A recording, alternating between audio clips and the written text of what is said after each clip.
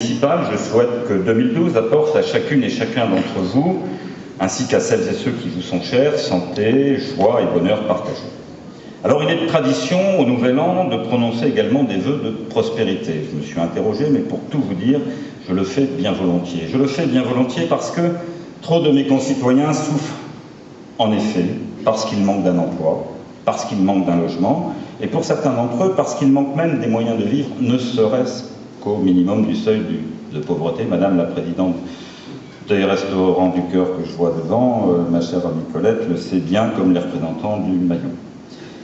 Mais bien évidemment, alors que le chômage explose, que la récession s'annonce à nouveau dans notre pays et qu'en France, en Europe, les politiques d'austérité se multiplient, comme chacun le dit aujourd'hui, sous la pression du marché financier, puisqu'il faut bien trouver un coupable, il s'agit là probablement, de vous à moi, d'un vœu qu'on pourrait considérer comme pieux, ce qui n'a rien à voir avec les considérations confessionnelles précédentes. À moi, bien évidemment, que vous ne soyez nombreux à souhaiter que 2012 soit une année de changement, et peut-être même que vous en soyez d'ores et déjà certains, auquel cas, si telle était par hasard votre opinion, je ne saurais trop alors vous rappeler cette belle phrase de Gandhi. Alors j'ai vu que Bernard Morin citait Gandhi dans sa carte de vœux.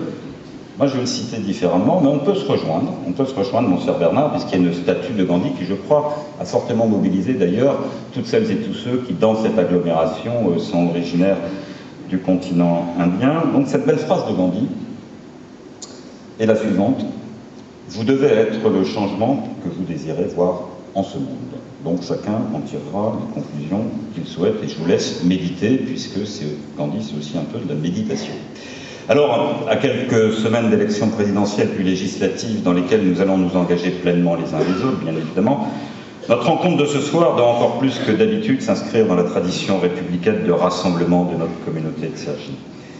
Je me contenterai donc pour ma part de vous souhaiter pour 2012 une année de solidarité toujours plus forte, une année où l'esprit de justice règne dans notre pays, une année où nous puissions partager cette part de rêve sans laquelle il ne peut y avoir d'ambition véritable, et surtout sans laquelle il ne peut y avoir de moyen de changer le monde.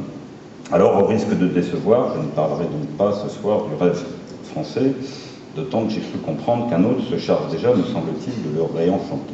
Je vous parlerai donc ce soir, une nouvelle fois, du rêve cergissois, ce rêve que chaque jour, avec vous, nous transformons en réalité. Pardon. Je le ferai dans la droite ligne de mon propos de 2010 sur l'art de vivre ensemble et celui de 2011 sur la vie pour tous.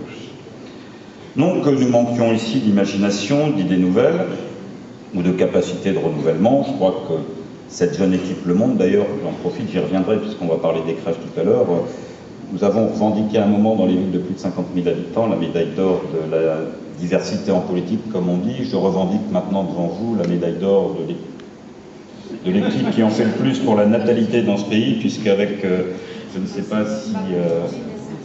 elle est là, elle n'est pas là, Mamassa, donc nous en sommes à 12 bébés dans l'équipe municipale depuis 2008. Pour ceux qui pensent qu'on n'a pas renouvelé, enfin, il faut quand même être un peu jeune pour faire des bébés, donc on y est, voilà.